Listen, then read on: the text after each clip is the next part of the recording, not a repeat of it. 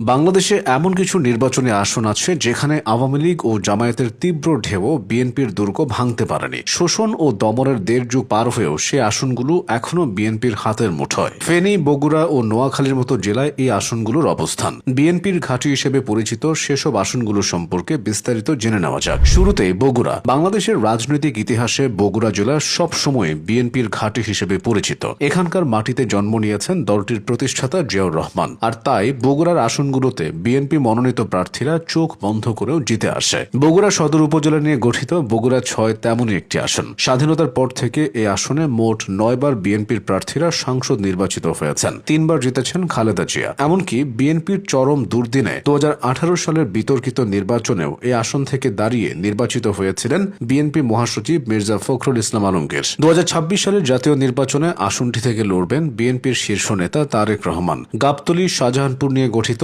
বগুড়ার সাথেও বিএনপি সবসময় একচেটিয়া জয় পায়। গ্রহণযোগ্য নির্বাচনগুলোতে অন্তত সেটাই দেখা গেছে। স্বাধীনতার পর থেকে এই আসনে মোট ১০ বার বিএনপির প্রার্থীরা সাংসদ নির্বাচিত হয়েছেন, যার মধ্যে খালেদা জিয়া একাই জিতে এসেছেন ৫ বার। এই আসনে জিতেই বেগম জিয়া তার রাজনৈতিক ক্যারিয়ার শুরু করেছিলেন। শেষ বয়সে এসে ২০২৬ সালের জাতীয় নির্বাচনে আবারও এই আসন থেকে তিনি লড়তে যাচ্ছেন। এদিকে ছাগলনাইয়া, ফুলগাজী ও পরশুরাম উপজেলা নিয়ে গঠিত ফেনী ১ আসনকেও নিঃসন্দেহে বিএনপির দুর্গ বলা যায়। এই আসন থেকে বরাবরই প্রার্থী হয়ে জিতে আসছেন বেগম খালেদা জিয়া। অতীত ভোটের ইতিহাস বলে দেয় সেখানে তার জনপ্রিয়তা আকাশচুম্বী। মূলত এলাকাটি খালেদা জিয়ার পৈতৃক নিবাস, যদিও তার পরিবার পরে দিনাজপুরে স্থায়ী হয়, আর তার জন্ম দিনাজপুরেই। ফেনী ১ আসনে বেগম জিয়া মোট ৫ বার সাংসদ হয়েছেন। এই জয়গুলোতে তার ভোটের ব্যবধানও ছিল পরাজিত প্রার্থীর থেকে ২-৩ গুণ বেশি। নোয়াখালী জেলাও বিএনপির এক শক্ত ঘাঁটি। বিশেষ করে নোয়াখালী ১, নোয়াখালী ২ এবং নোয়াখালী ৩ আসন বিএনপির জন্য ঐতিহাসিকভাবে গুরুত্বপূর্ণ।